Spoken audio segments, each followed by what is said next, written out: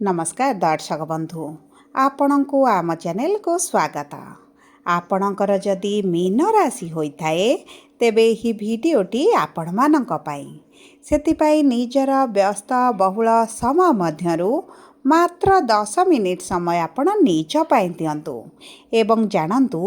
एही नवेम्बर मासटी आपणकर केमिति रहिबो। देखंतु एही नवेम्बर मासर राशिफल अन्य मास गुड़िक परी सामान्य राशिफल नुहे, कारण एही मासरे देवगुरु बृहस्पति निजर गोचर रे आणुछंती बड़ परिवर्तन एवं गुरु आपणकर मिथुन राशि कर्कट राशि को माने आपणकर त्रिकोण को गोचर करुछंती, जहा फल रे सेही गृह रे शुभाशुभ फल को द्विगुणित करिवे।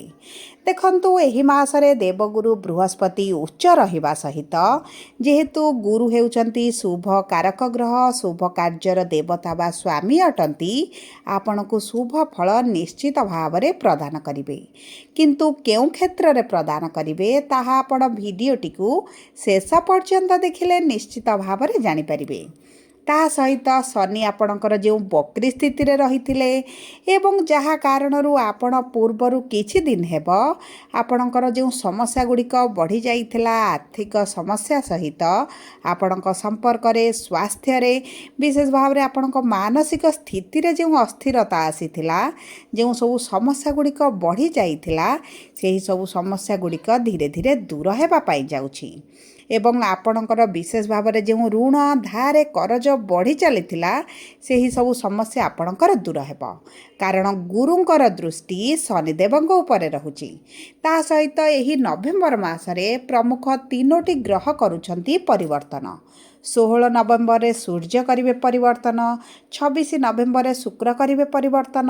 23 नवेम्बर रे बुध बक्री चलन करी आपणकर अष्टम गृह को गोचर करिवे, जहा फल रे आपणकर एही मासरे किछिटा शुभ एवं किछिटा अशुभ प्रभाव पकाइबे एवं एही मासर अशुभत्व को दूर करी शुभाशुभ फल को वृद्धि करिबा पई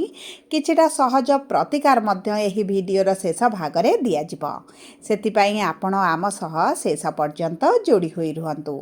किंतु भिडियोटी आरंभ करिबा पूर्वरु जदि आपणकर भी मीन राशि होइथाए एवं आपण भी ईश्वर को आंतरिक भक्ति एवं विश्वास करती तेबे भिडियोटी को लाइक करंतु। कमेंट बॉक्स रे जय जगन्नाथ जय माँ लक्ष्मी अवश्य लिखि दियंतु।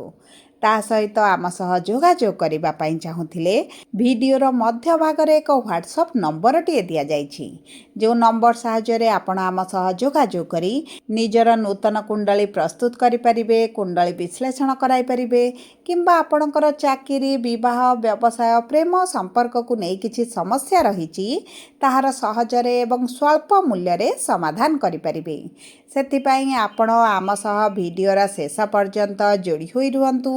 एवं व्हाट्सएप नंबर माध्यम रे आम सह जोगाजोग करंतु। एबे आसंतु कार्यक्रमटी को आगो को बढ़ाइबा एवं सर्वप्रथमे जानिबा आपणकर एही नवेम्बर मासरे कर्म क्षेत्रटी किभଳି रहिबो। देखंतु आपणकर कर्मर गृहर स्वामी हेउछंती देवगुरु बृहस्पति, जी आपणक पंचमर गृह रे लक्ष्मी गृह रे त्रिकोण रे विराजमान करिसंती एवं संपूर्ण मासटी आपणकर एही पंचम गृह रे रहिबे एवं निजर राशि को निजर गृह को माने आपणकर दशम गृह को पंचम दृष्टि देबे, जहा फल रे आपणक कर्म क्षेत्र रे आपणक भाग्य आपणकर साथ देबो। देखंतु 12टी जाक राशि मध्यरु मीन राशि क्यारियर बहुत भल एही नवेम्बर मासरे रहिबो एवं आपणकर भाग्यर गृह रे मंगल विराजमान करिसंती, जेहेतु मंगल हेउचंती आपणक भाग्यर स्वामी, आपणक भाग्यर गृह रे रहिसंती, आपणकर जो सब असंभव लागुथिला कार्य गुड़िक सेही सब संभव हेबा आरंभ हेबो। आपण किछिटा बड़ डील करि पारंती, किछिटा बड़ कार्य आपण हाथ को नै पारंती एवं पूर्वरु जदि आपणकर किछि कॉन्ट्रैक्ट लाइन रे कार्य करूछंती, किछि कार्य आपण नैछंती किंतु आपणकर हेई पारुनी, किछिटा समस्या आसुची, बहुत गुडे बाधा विघ्न आसुची, तेबे यही सबु समस्या आपणकर यही नवेम्बर मासरे निश्चित भाव में दूर हो जदि आपण नूतन चाकरी सन्धान रे अछंती नूतन व्यवसाय करने चाहूँगी तेबे यही नवेम्बर मास आपण भाग्य रे बड़ परिवर्तन आणव आपण नूतन चाकरी सुजोग प्रदान कर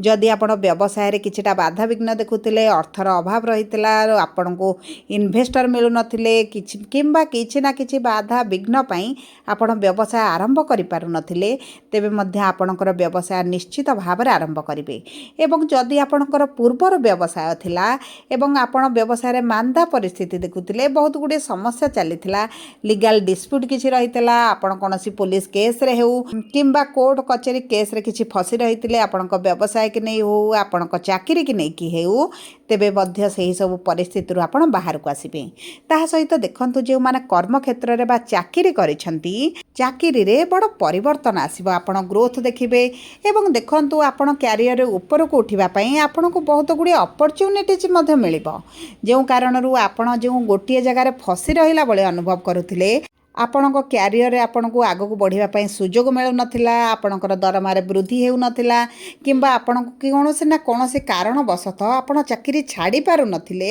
एवं आपण चाकरी रे परिवर्तन करिबा पई चाहिले मध्ये आपण करि पारु नथिले सेही सब समस्या गुडी आपणकर दूर होई जिवो अधिक दरमा सहित नूतन चाकरी रे आपण को सुजोग मिलिबो एवं देखंतु एही समय मध्ये आपणकर किछिटा प्रमोशन होई पारे सैलरी रे वृद्धि होई पारे किंबा आपण ट्रांसफर होई पारे किंबा आपण जदि फॉरेन जीवा पई चाहूचंती आपणक चाकरी को नहीं आपणक चाकरी रे आपणक विदेश जीवार चाहूचंती तेबे मध्य आपणक भल सुजोग मिलिबो एवं आपणकर विदेश जीवार मध्य बहुत भल जोग बनुची ता सहित देखंतु जदि आपण अर्थ कोनोसी जगह रे इन्वेस्ट करिसंती शेयर मार्केट हेउ किंबा आपण लॉटरी हेउ किंबा जे कोनोसी संस्था रे आपणक सेथिरे निश्चित भाव में प्रॉफिट मिलिबो किंतु मने रखंतु जदि पूर्वरु आपण इन्वेस्ट करथिबे आपणक सेथिरे लाभ मिलिबो जदि आपण नूतन भाव में निवेश करिबा पई चाहूचंती तेबे आपण 16 नवेम्बर पर कले माने सूर्य आपणक भाग्यर गृह को आसीबा परे जदि आपण करंती भाग्य आपणक साथ देबो आपणक उचित लाभ मिलिबो एवं देखंतु जदि आपणक कर्म क्षेत्र रे आपणक किछि लीगल डिस्प्यूट रे फसी रहिचंती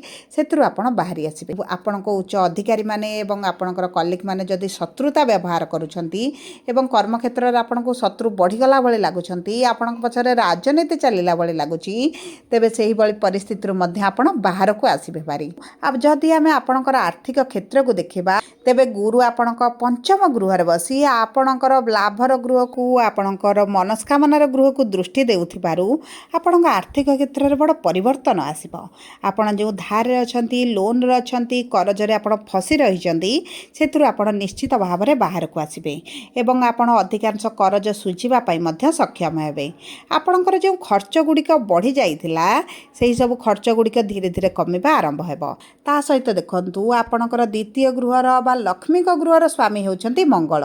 जी आपणक भाग्यर स्वामी मध्य अटंती एवं मंगलंकर दृष्टि मध्य आपणकर धनर गृह को रहउतिबारु आपणको कोनोसी ना कोनोसी सूत्ररु निश्चित भाव में अर्थ लाभ हेबो आपणक प्रमोशन होई पारे आपणकर दरमा वृद्धि होई पारे किंबा आपण किछि प्रॉपर्टी डील करबा पई चाहूतिले सेतिरे आपणको धन मिली पारे आपणकर किछि पैतृक संपत्ति किंबा कोनोसी संपत्ति को आपण विक्रय करबा पई चाहूतिले सेतिरे मध्य आपणको प्रॉफिट मिल पारे एवं देखंतु आपणकर आर्थिक क्षेत्र रे आपण कोनोसी ना कोनोसी कारणवशत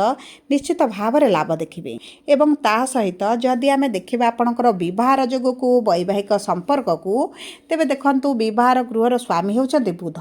जी आपणकर भाग्यर गृह रे अछंती तेणुक जो व्यक्ति मानकर विवाह योजना अछंती विवाह होई पारु नथिला विवाह रे समस्या देखुथिले सेमानक पई बहुत भल सुजोग मिलिबो जोग मध्य बनुची